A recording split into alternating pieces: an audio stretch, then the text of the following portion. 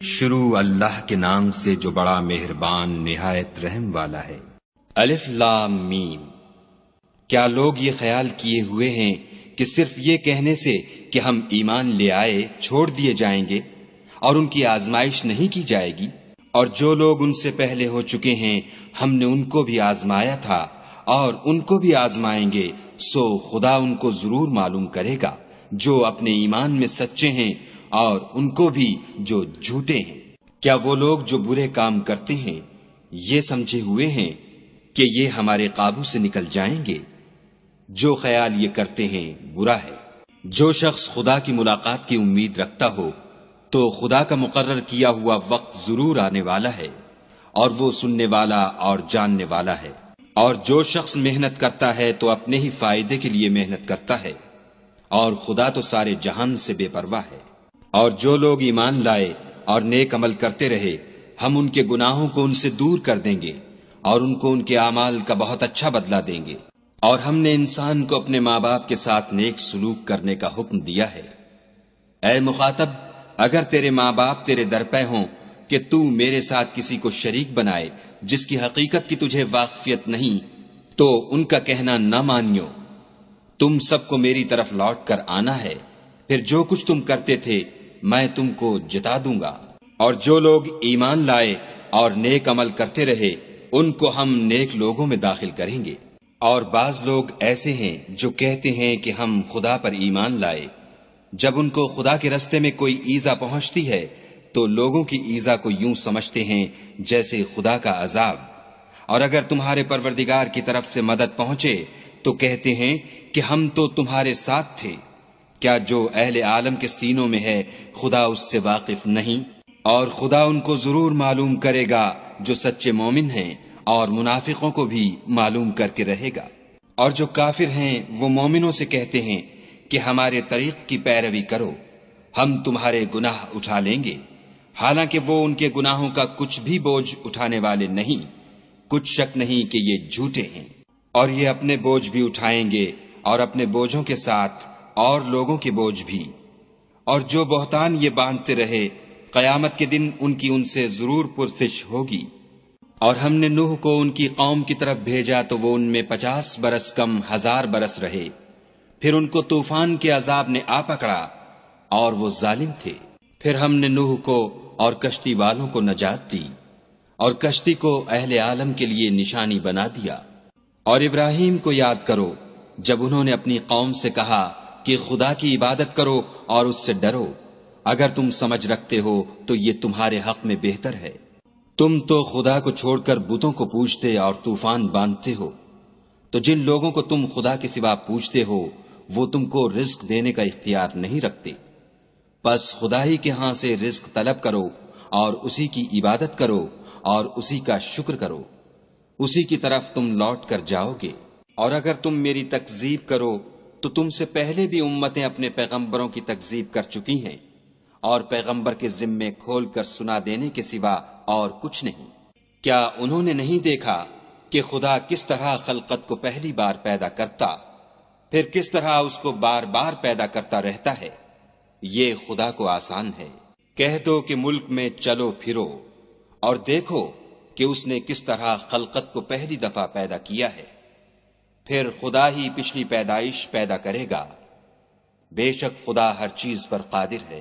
وہ جسے چاہے عذاب دے اور جس پر چاہے رحم کرے، اور اسی کی طرف تم لوٹائے جاؤ گے۔ اور تم اس کو نہ زمین میں عاجز کر سکتے ہو نہ آسمان میں، اور نہ خدا کے سوا تمہارا کوئی دوست ہے اور نہ مددگار۔ اور جن لوگوں نے خدا کی آیتوں سے اور اس کے ملنے سے انکار کیا وہ میری رحمت سے نا امید ہو گئے ہیں، اور ان کو درد دینے والا عذاب ہوگا۔ تو ان کی قوم کے لوگ جواب میں بولے تو یہ بولے کہ اسے مار ڈالو یا جلا دو، مگر خدا نے ان کو آگ کی سوزش سے بچا لیا۔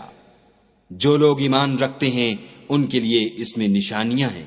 اور ابراہیم نے کہا کہ تم جو خدا کو چھوڑ کر بتوں کو لے بیٹھے ہو تو دنیا کی زندگی میں باہم دوستی کے لیے، مگر پھر قیامت کے دن ایک دوسرے کی دوستی سے انکار کر دو گے اور ایک دوسرے پر لعنت بھیجو گے، اور تمہارا ٹھکانہ دوزخ ہوگا اور کوئی تمہارا مددگار نہ ہوگا۔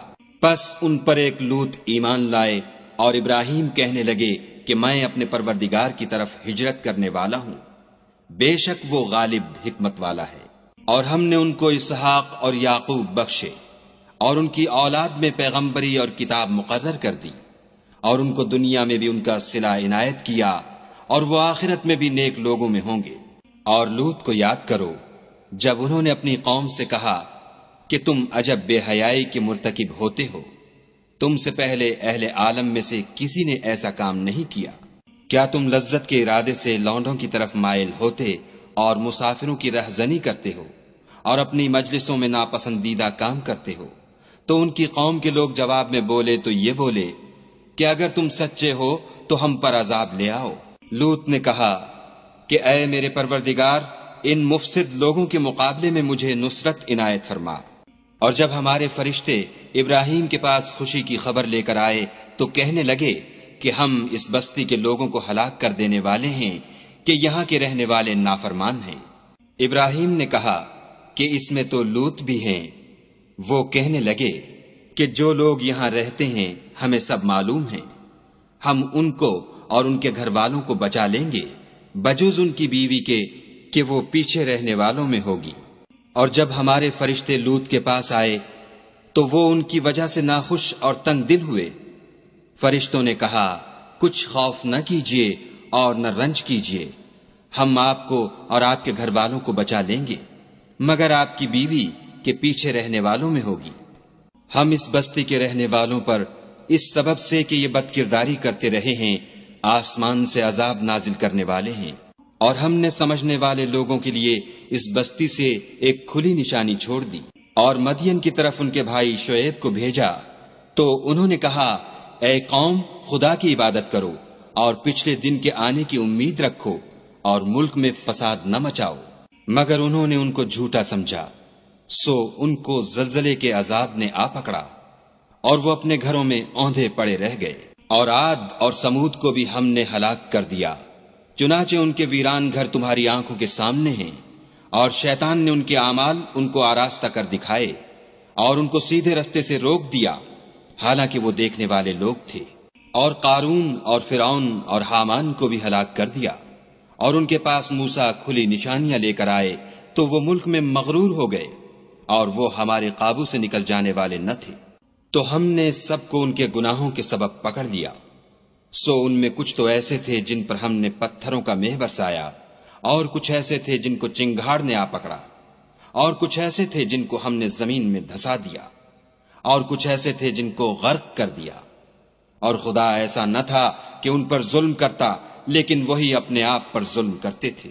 جن لوگوں نے خدا کے سوا اوروں کو کارساز بنا رکھا ہے، ان کی مثال مکڑی کسی ہے کہ وہ بھی ایک طرح کا گھر بناتی ہے، اور کچھ شک نہیں کہ تمام گھروں سے کمزور مکڑی کا گھر ہے۔ کاش یہ اس بات کو جانتے۔ یہ جس چیز کو خدا کے سوا پکارتے ہیں، خواہ وہ کچھ ہی ہو، خدا اسے جانتا ہے، اور وہ غالب اور حکمت والا ہے۔ اور یہ مثالیں ہم لوگوں کے سمجھانے کے لیے بیان کرتے ہیں، اور اسے تو اہل دانش ہی سمجھتے ہیں۔ خدا نے آسمانوں اور زمین کو حکمت کے ساتھ پیدا کیا ہے، کچھ شک نہیں کہ ایمان والوں کے لیے اس میں نشانی ہے۔ اے محمد صلی اللہ علیہ وآلہ وسلم، یہ کتاب جو تمہاری طرف وحی کی گئی ہے، اس کو پڑھا کرو اور نماز کے پابند رہو۔ کچھ شک نہیں کہ نماز بے حیائی اور بری باتوں سے روکتی ہے، اور خدا کا ذکر بڑا اچھا کام ہے، اور جو کچھ تم کرتے ہو خدا اسے جانتا ہے۔ اور اہل کتاب سے جھگڑا نہ کرو مگر ایسے طریق سے کہ نہایت اچھا ہو۔ ہاں، جو ان میں سے بے انصافی کریں ان کے ساتھ اسی طرح مجادلہ کرو، اور کہہ دو کہ جو کتاب ہم پر اتری اور جو کتابیں تم پر اتری ہم سب پر ایمان رکھتے ہیں، اور ہمارا اور تمہارا معبود ایک ہی ہے، اور ہم اسی کے فرما بردار ہیں۔ اور اسی طرح ہم نے تمہاری طرف کتاب اتاری ہے، تو جن لوگوں کو ہم نے کتابیں دی تھیں وہ اس پر ایمان لے آتے ہیں، اور بعض ان مشرک لوگوں میں سے بھی اس پر ایمان لے آتے ہیں، اور ہماری آیتوں سے وہی انکار کرتے ہیں جو کافر ازلی ہیں۔ اور تم اس سے پہلے کوئی کتاب نہیں پڑھتے تھے، اور نہ اسے اپنے ہاتھ سے لکھ ہی سکتے تھے، ایسا ہوتا تو اہل باطل ضرور شک کرتے، بلکہ یہ روشن آیتیں ہیں جن لوگوں کو علم دیا گیا ہے ان کے سینوں میں محفوظ، اور ہماری آیتوں سے وہی لوگ انکار کرتے ہیں جو بے انصاف ہیں۔ اور کافر کہتے ہیں کہ اس پر اس کے پروردگار کی طرف سے نشانیاں کیوں نازل نہیں ہوئیں؟ کہہ دو کہ نشانیاں تو خدا ہی کے پاس ہیں، اور میں تو کھلم کھلا ہدایت کرنے والا ہوں۔ کیا ان لوگوں کے لیے یہ کافی نہیں کہ ہم نے تم پر کتاب نازل کی جو ان کو پڑھ کر سنائی جاتی ہے؟ کچھ شک نہیں کہ مومن لوگوں کے لیے اس میں رحمت اور نصیحت ہے۔ کہہ دو کہ میرے اور تمہارے درمیان خدا ہی گواہ کافی ہے، جو چیز آسمانوں میں اور زمین میں ہے وہ سب کو جانتا ہے۔ اور جن لوگوں نے باطل کو مانا اور خدا سے انکار کیا وہی نقصان اٹھانے والے ہیں۔ اور یہ لوگ تم سے عذاب کے لیے جلدی کر رہے ہیں، اگر ایک وقت مقرر نہ ہو چکا ہوتا تو ان پر عذاب آ بھی گیا ہوتا، اور وہ کسی وقت میں ان پر ضرور ناگہاں آ کر رہے گا، اور ان کو معلوم بھی نہ ہوگا۔ یہ تم سے عذاب کے لیے جلدی کر رہے ہیں، اور دوزخ تو کافروں کو گھیر لینے والی ہے۔ جس دن عذاب ان کو ان کے اوپر سے اور نیچے سے ڈھانک لے گا، اور خدا فرمائے گا کہ جو کام تم کیا کرتے تھے اب ان کا مزہ چکھو۔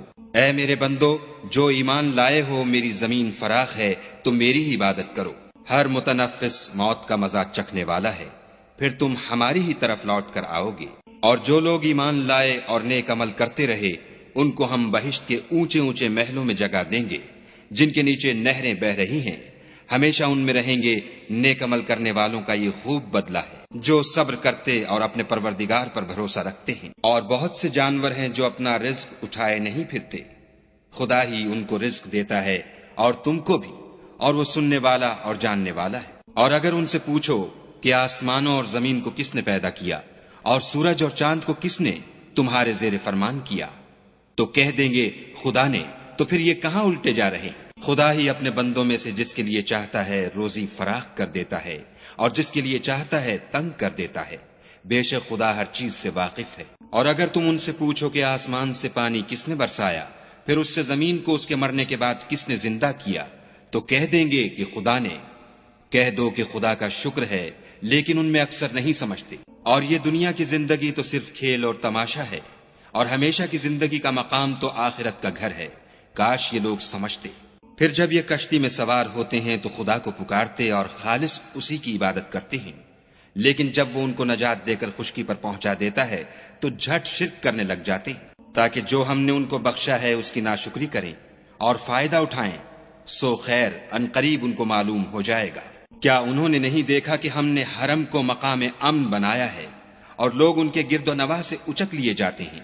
کیا یہ لوگ باطل پر اعتقاد رکھتے ہیں اور خدا کی نعمتوں کی ناشکری کرتے ہیں؟ اور اس سے ظالم کون جو خدا پر جھوٹ بہتان باندھے، یا جب حق بات اس کے پاس آئے تو اس کی تکذیب کرے؟ کیا کافروں کا ٹھکانہ جہنم میں نہیں ہے؟ اور جن لوگوں نے ہمارے لیے کوشش کی ہم ان کو ضرور اپنے رستے دکھا دیں گے، اور خدا تو نیکوکاروں کے ساتھ ہے۔